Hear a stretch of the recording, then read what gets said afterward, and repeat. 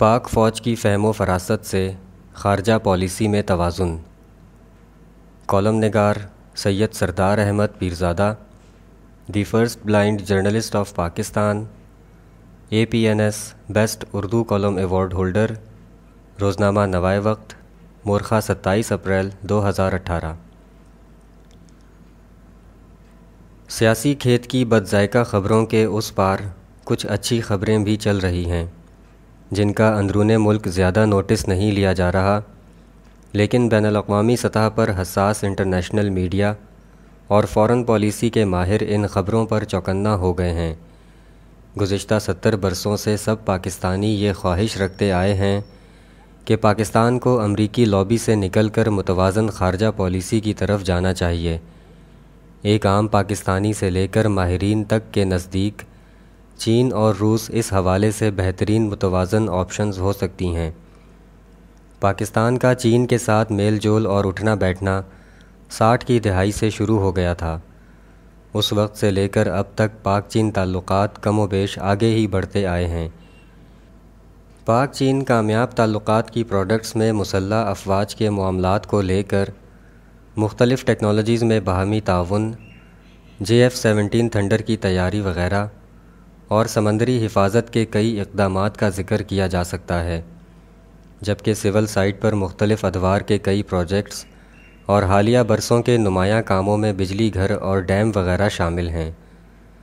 پاک چین دوستی کی اب تک کی ایک اہم ترین ظاہری پروڈکٹ سی پیک ہے۔ ون بیلٹ ون روڈ کی فلسفی نے دنیا کے ہر چھوٹے بڑے ملک کو اپنی طرف متوجہ کیا ہے۔ دنیا کی اکنامک لائف لائن کی حیثیت رکھنے والی ون بیلٹ ون روڈ کا وجود پاکستان کے سہارے ہی مکمل ہوتا ہے۔ مندرجہ بالا تذکرے کا مقصد یہ ہے کہ پاکستان کے چین کے ساتھ ہر لحاظ سے تسلی بخش تعلقات ہیں۔ دوسری طرف روس کے ساتھ پاکستان کے معاملات ابتدائی سطح سے بھی دور تھے۔ اس کی بڑی وجہ روس کی پاکستان سے ناراضگی تھی۔ روس کے خیال میں سوویت یونین کو توڑنے میں پاکستان نے کرائے کے امریکی ایجنٹ کا کردار ادا کیا۔ قیام پاکستان کے بعد پاکستان اور روس کے تعلقات کبھی بھی اچھے نہ تھے، لیکن سوویت یونین کے خاتمے کے بعد یہ تعلقات روس کی جانب سے باقاعدہ ناپسندیدگی میں بدل گئے۔ یہ علیحدہ بات کہ شروع سے امریکی کارندہ ہونے کے باوجود 80 کی دہائی کے علاوہ پاکستان کے سب چھوٹے بڑے کمزور اور مضبوط حکمرانوں کی درپردہ یہ خواہش ضرور رہی کہ روس کی قربت حاصل کی جائے، لیکن پاکستان کی بعض ڈبل پالیسیوں کی وجہ سے روس نے پاکستان کی اس خواہش کو نزدیک نہ پھٹکنے دیا، جس کا بھرپور فائدہ ہندوستان نے اٹھایا۔ تاہم کچھ عرصے سے ایسے آثار نمودار ہوئے جن سے واضح طور پر یہ پتہ چل رہا ہے کہ پاکستان اور روس کے باہمی تعلقات برسوں کا سفر دنوں میں طے کر کے قریب سے قریب تر ہو رہے ہیں۔ پاکستان کی روس سے قربت کی خواہش کو روس کی جانب سے پذیرائی ملنے کی ایک اہم وجہ یہی معلوم ہوتی ہے کہ پاکستان نے کسی حد تک اپنی خارجہ پالیسی میں کرائے کے ایجنٹ کا کردار ادا کرنا چھوڑ دیا ہے، جس کے باعث روس نے بھی پاکستان کو اعتماد کی نظروں سے دیکھنا شروع کیا۔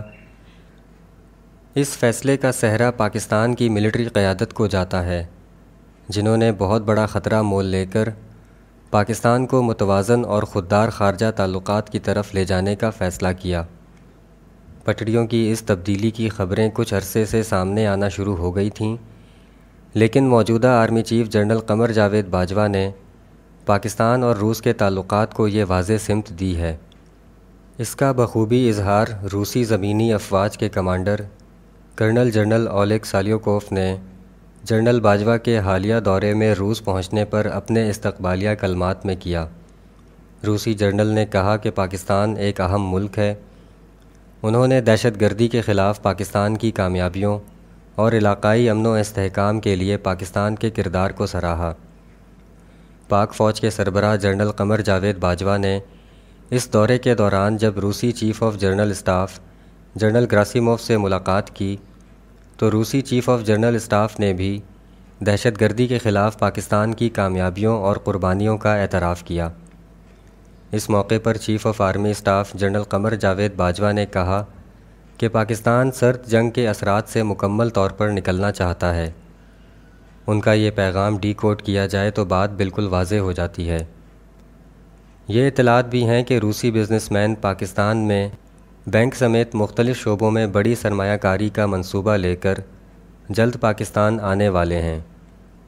کسی بھی فوج کی کامیابیوں کا اندازہ مخالف سمت کی صفوں میں پڑی کھلبلی سے لگایا جا سکتا ہے۔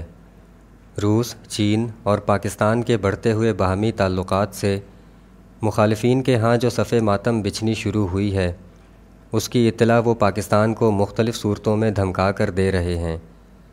مثلاً foreignpolicy.com میں شائع ہونے والے سی کرسٹین فیئر کے آرٹیکل میں لکھا ہے کہ پاکستان چین کی دوستی کا بوجھ نہیں اٹھا سکتا۔ اگر پاکستانی ایلیٹ سمجھتے ہیں کہ چین کی دولت ملک کو بچا لے گی تو وہ غلط ہیں۔ اسی آرٹیکل میں چین کے حوالے سے پاکستان کے دل میں شکوک و شبہات پیدا کرنے کی بھی بھرپور کوشش کی گئی ہے۔ امریکہ کے اسٹیٹ ڈپارٹمنٹ کے آفیشل نے اپنے ایک بیان میں دھیمی وارننگ دیتے ہوئے کہا کہ پاکستان جو امریکہ سے لے سکتا ہے وہ اسے چین سے نہیں ملے گا، اور ہمیں یقین ہے کہ پاکستان دونوں ملکوں میں سے کسی ایک کو منتخب کرنے کی بجائے دونوں کے ساتھ تعلقات رکھنا چاہتا ہے۔ ہمارے خیال میں پاکستان واضح طور پر سمجھ سکتا ہے کہ جو تعلقات ہم انٹرنیشنل سطح پر لا سکتے ہیں وہ چین نہیں لا سکتا۔ Stock home international peace research institute نے اسلحے کی فراہمی میں انٹرنیشنل رجحانات 2017 کے عنوان کے تحت اپنی حالیہ رپورٹ میں لکھا ہے کہ پاکستان، بنگلہ دیش اور میانمار کے لیے چین رائفلز اور لڑاکا طیاروں سے لے کر بحری جنگی جہازوں تک کا مرکزی سپلائر بن گیا ہے۔ یہ رپورٹ جنوبی ایشیا کے جیو پولیٹیکل میدان میں بڑی تبدیلی کی عکاسی کرتی ہے۔ اس برس اگست ستمبر میں شنگھائی کوآپریشن آرگنائزیشن کے 8 فل ممبر ملکوں کی دہشت گردی کے خلاف مشترکہ ملٹری ایکسرسائز ہونے جا رہی ہے۔ اس کی میزبانی روس کرے گا، جس میں پاکستان بھی شامل ہوگا۔ بھارت کو بھی آخر کار اس میں شمولیت کا اعلان کرنا پڑا۔ کیا یہ پاکستان کی دفاعی خارجہ پالیسی کی جیت نہیں ہے؟ پاکستان کی خارجہ پالیسی میں کسی ایک ملک پر انحصار نہ کرنے کی موجودہ پالیسی خودداری اور ملکی مفاد میں آزاد فیصلے کرنے کی طرف اہم قدم ہے۔ پاکستان کے سیکیورٹی ادارے اس فیصلے سے پیش آنے والے خطرات کو بھی بخوبی سمجھتے ہیں اور انہیں نمٹنے کا پکا ارادہ بھی رکھتے ہیں۔ Army chief general Qamar Javed Bajwa اور پاک فوج کی سب اعلیٰ قیادت فہم و فراست کے ساتھ پاکستان کی خارجہ پالیسی میں آزادی لانے کی جو کوشش کر رہی ہے، اس کی سپورٹ پاکستان کی سیاسی قیادت سمیت سب طبقات کو بلند آواز سے متفقہ طور پر کرنی چاہیے، کیونکہ یہ مستقبل کے آزاد اور خوددار پاکستان کے لیے ضروری ہے۔ شکریہ۔ The end.